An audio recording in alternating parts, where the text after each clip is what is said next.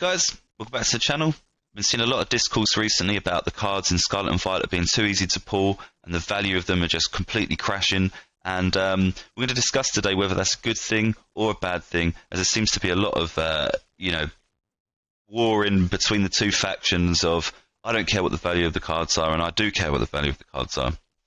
I personally think that the value of the cards is important, and it's not just coming from a member of, not a member of, but a store owner, but also a member of the collector community as well. You know, somebody that actually collects the cards, has an interest in the franchises that I look into, and we're gonna start off today with discussing that even the companies that are printing these cards, that are making these products, also recognise that the value of the cards is important.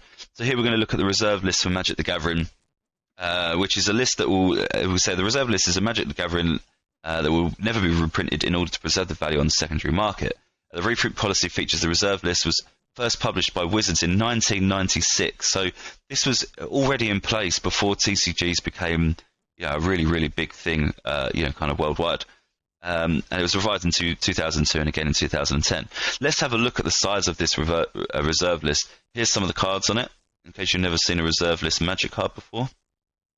But, here's a whole list of them. There's absolutely loads of them here.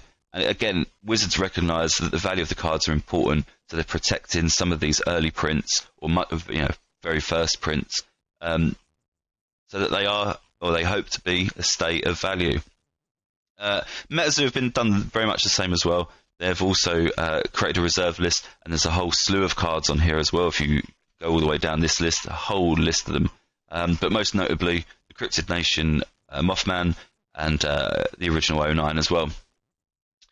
So yeah, it's been established that the value of the cards is at least important to the companies that print them. And I also think that they've got a duty to protect the print runs of these boxes as well, because ultimately the print runs determine the value of the cards, and they also determine the longevity of that set as well. And as we've recently seen, the value of the cards also determines the stock price of Hasbro, it seems, because Magic's been going through a really tumultuous time recently, and it has heavily affected the stock price of Hasbro. Anyway, I don't want to talk about stock prices.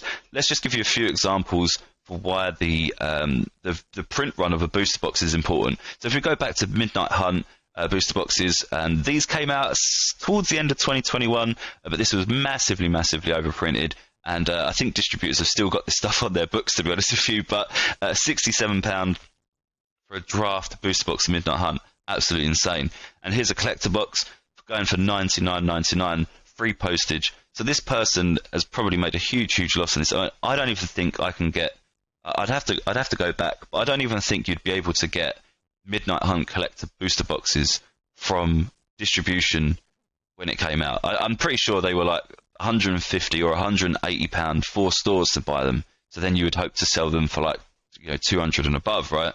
So it's really sad to see those sorts of prices on a collector's box, because this is probably less than what we would have had to have paid for them. But anyway, moving on. Flesh and Blood done the exact same thing. Everfest, Tales of Aria, Monarch was the big one that everybody was aware of at the time.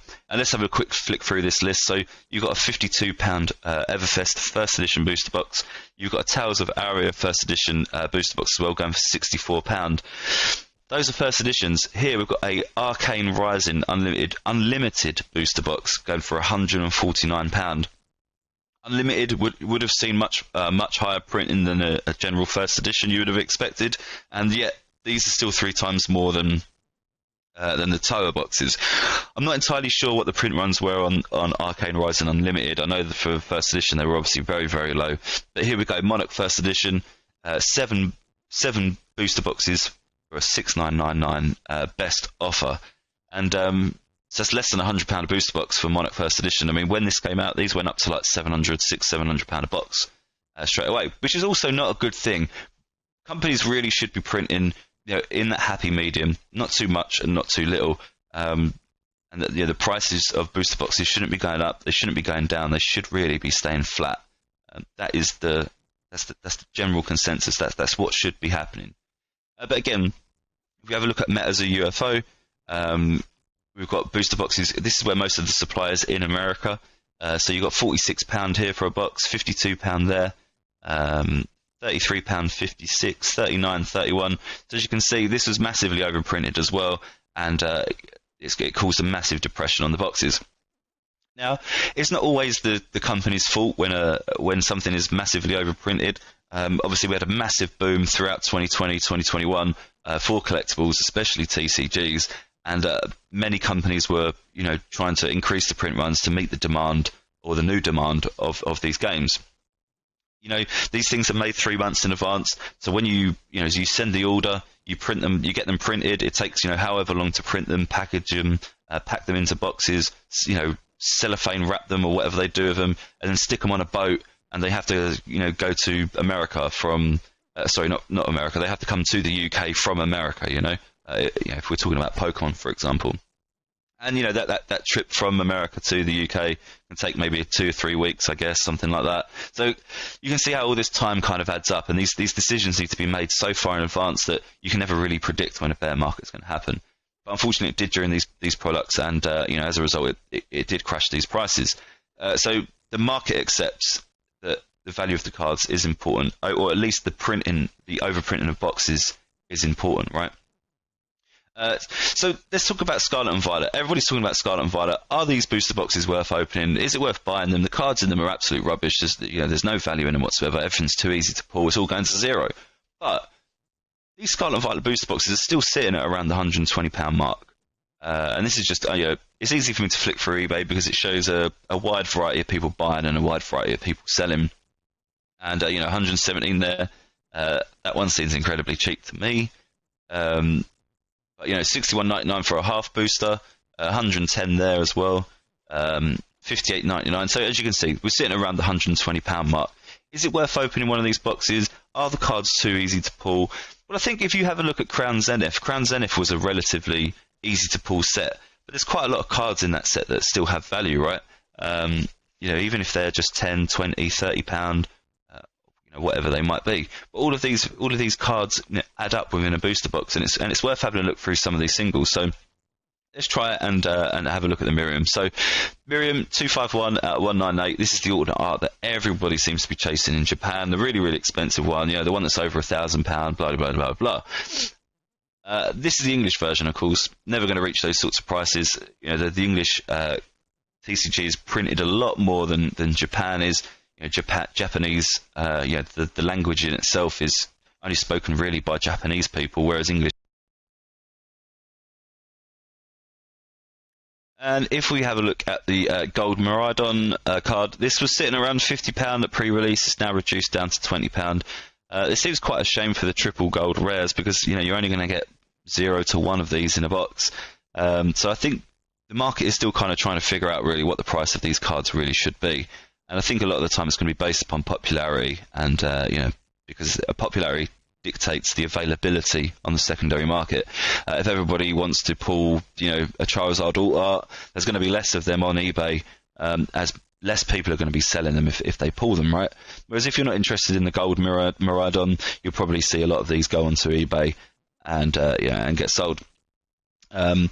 But yeah, that's that for that card. Let's have a look at the EX alt card. This is going for around £50. This is only a double star rare as well, which is a little bit surprising. So it's interesting to see that sometimes the double star rares are selling for more than the triple star rares. And I think this is even something that Pokemon themselves will need to kind of figure out as they start releasing sets, and how to gauge what they think the rarity of the cards really should be. I mean, we're used to these alternate arts being the top tier rarity, possibly rarer than the rainbows and the gold cards. And here we see it downgraded to just double gold star rare.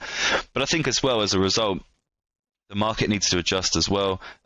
Presumably double gold star rares really shouldn't be as expensive or more expensive than a triple gold star rare. Or maybe it should be that the gold star rare should be, the gold card should be a double star rare, and this alternate art should be a triple star rare. And this is one thing I hate about these new rares. You've got to keep saying double star, triple star, gold star, and all this stuff. It's really, really confusing and hard to wrap your tongue around, to be honest with you. But Anyway, there's still cards here for £50, and I've shown you 3 cards there that have got some pretty good value. And again, let's have a look at this Gyarados EX, and the Arcanine is pretty relatively the same price, but this card here is going for between £20 and £25. This card is actually a double silver star rare, and it's holding the same sort of value as the gold Miraidon. So I think there's going to be a little bit of market turbulence as people try to figure out exactly what the value of a card is. I mean, personally, I don't think this should have been a double silver star rare, because this is in the same category as the full art, the normal full art ones. Yeah, it's kind of odd. I think that, the price of this card will possibly go down as more and more people, kind of pull this, realise it's actually not too rare. But it may stay around the same sort of price. It's really hard to know. It just depends depends on what the market kind of decides, and ultimately what Pokemon decide to do with these rarities as they go forward. But yeah, that's kind of it for these cards. I mean, there is a bunch of cards that have value. There's some that there's a bunch that have 10, 15, and it doesn't always need to be a massive £500 chase within every single set, or a £200 Giratina Alt-Art, or a £250 Lugia, or whatever the card might be. It doesn't always need to be that way. It might feel nice for people to actually grab that really big hit when they eventually hit it, or if they ever hit it. But it's a tough hit to get.